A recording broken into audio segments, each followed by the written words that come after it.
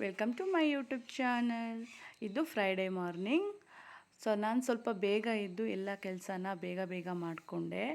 ಯಾಕಂತಂದರೆ ಇವತ್ತು ನಾನು ಸ್ವಲ್ಪ ಎನ್.ಆರ್.ಪುರ ಹಾಸ್ಪಿಟಲಿಗೆ ಹೋಗಬೇಕಿತ್ತು. ಹಾಗಾಗಿ ಎಲ್ಲ ಕೆಲಸ ಬೇಗ ಬೇಗ ಮುಗಿಸ್ಕೊಂಡು 10:30 ಅಷ್ಟೊತ್ತಿಗೆಲ್ಲ ಹೊರಟ್ವಿ. ಹೋಗಬೇಕಾದ್ರೆ ನನ್ನ ಮಕ್ಕಳು ಕಾರಲ್ಲಿ ತುಂಬ ತರಲೆ ಮಾಡ್ತಾಯಿದ್ವು. ಈ ವೆದರಲ್ಲಿ ಒಳ್ಳೆ ಸಾಂಗ್ ಹಾಕ್ಕೊಂಡು ಹಾಗೆ ಲಾಂಗ್ ಡ್ರೈವ್ ಹೋಗೋಕ್ಕೆ ನನಗೆ ತುಂಬಾ ಇಷ್ಟ. ಒಂಥರ ತುಂಬಾ ಚೆನ್ನಾಗಿರುತ್ತೆ ಆ ಈ ವೆದರ್ನ ನೋಡ್ಕೊಂಡು ಹೋಗೋದು. ಬಟ್ ಹೀಗೆ ಎನ್.ಆರ್.ಪುರಕ್ಕೆ ಹೋದ್ವಿ ನಾವು. ಹಾಗೆ ಹಾಸ್ಪಿಟಲ್ ಕೂಡ ಬಂತು. ಹಾಸ್ಪಿಟಲಿಗೆ ಹೋಗಿರೋದು ಯಾಕೆ ಅಂತಂದರೆ ನನ್ನ ಮಗನಿಗೆ ಮಾತು ತುಂಬ ಸ್ಲೋ. ಅವನಿಗೆ 4 ವರ್ಷ ಆದರೂ ಇವಾಗ ಸ್ವಲ್ಪ ಮಾತಾಡ್ತಾ ಇದ್ದಾನೆ. ಹಾಗಾಗಿ ಹಾಸ್ಪಿಟಲ್ಲಿಗೆ ಅಂಗನವಾಡಿಯಿಂದ ಹೇಳಿದರು, ಡಾಕ್ಟ್ರು ಬರ್ತಾಯಿದ್ದಾರೆ, ಹೋಗಿ ತೋರಿಸ್ಕೊಳ್ಳಿ ಅಂತ ಹೇಳಿ.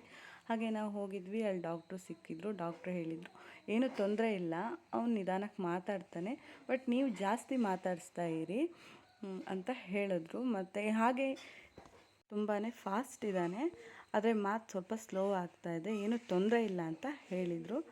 ಹಾಗೆ ನನ್ನ ಮಗಳು ಇಲ್ಲಿ ಯಾವುದೋ ಹುಡುಗನ ಜೊತೆ ಚೆನ್ನಾಗಿ ಗೊತ್ತಿರೋರ ಥರ ಅವ್ರ ಜೊತೆ ಕುತ್ಕೊಂಡು ಆಟ ಆಡ್ತಾ ಇದ್ಲು. ಹಾಗೆ ಇರಬೇಕಾದ್ರೆ ಅವಳಿಗೊಂದು ಕಾಗೆ ಕಾಣಿಸ್ತು. ಆ ಕಾಗೆನ ಹಿಡಿಬೇಕು ಅಂತ ಹೇಳಿ ಅವಳ ಹಿಂದೆನೇ ಓಡಾಡ್ತಾ ಇದ್ಲು. ಹಾಗೆ ಅದು ಸಿಗಲಿಲ್ಲ, ಆದರೂ ಇವಳು ಬೇಕು ಅಂತ ಹಠ ಮಾಡ್ತಾ ಇದ್ಲು. ಬಟ್ ಅದು ಎಲ್ಲಿ ಸಿಗತ್ತೆ ಹೇಳಿ. ಹಾಗೆ ಅಷ್ಟೊತ್ತಿಗೆ 1 ಗಂಟೆ ಆಗಿತ್ತು. ನಾವು ಹಾಗೆ ಹೋಟೆಲ್ ಕಡೆ ಹೋದ್ವಿ. ಈ ಹೋಟೆಲಲ್ಲಿ ಫಿಶ್ ತುಂಬಾ ಫೇಮಸ್. ಈ ಹೋಟೆಲಲ್ಲಿ ಆಲ್ಮೋಸ್ಟ್ ಹೋಗೋದೇ ಫಿಶ್. ತುಂಬ ಚೆನ್ನಾಗಿರುತ್ತೆ. ನನಗಂತೂ ತುಂಬ ಇಷ್ಟ. ನನ್ನ ಮಕ್ಕಳಿಗೋಸ್ಕರ ನಾನು ಕುಷ್ಕಾನ್ ತೊಗೊಂಡೆ. ಹಾಗೆ ಅಲ್ಲಿ ಊಟ ಮುಗಿಸ್ಕೊಂಡು ಬರಬೇಕಾದ್ರೆ ಅಲ್ಲೊಂದು ಸೇಲಿತ್ತು, 170 ರೂಪೀಸ್ ಓನ್ಲಿ ಅಂತ. ಅಲ್ಲಿ ನಿಜವಾಗ್ಲೂ ತುಂಬಾ ಚೆನ್ನಾಗಿತ್ತು. ಎಲ್ಲ ಥರ ಶೂಗಳಿತ್ತು, ಸ್ಲಿಪ್ಪರ್ಗಳೆಲ್ಲ ಇತ್ತು, ತುಂಬ ವೆರೈಟಿ ಬಟ್ಟೆಗಳೆಲ್ಲ ಇದ್ವು. ಬಟ್ ಶೂ ಯಾವುದನ್ನು ಹಾಕ್ಕೊಂಡು ನೋಡೋಣ ಅಂದರೆ ನನ್ನ ಸೈಜಿಗೆ ಒಂದು ಆಗ್ತಾಯಿರಲಿಲ್ಲ. ಹಾಗಾಗಿ ಅದು ಯಾವುದೂ ತೊಗೊಂಡಿಲ್ಲ ನಾನು. ಆಮೇಲೆ ನನ್ನ ಮಕ್ಕಳಿಗೆ ಬಟ್ಟೆ ನೋಡೋಣ ಅಂದ್ಕೊಂಡೆ.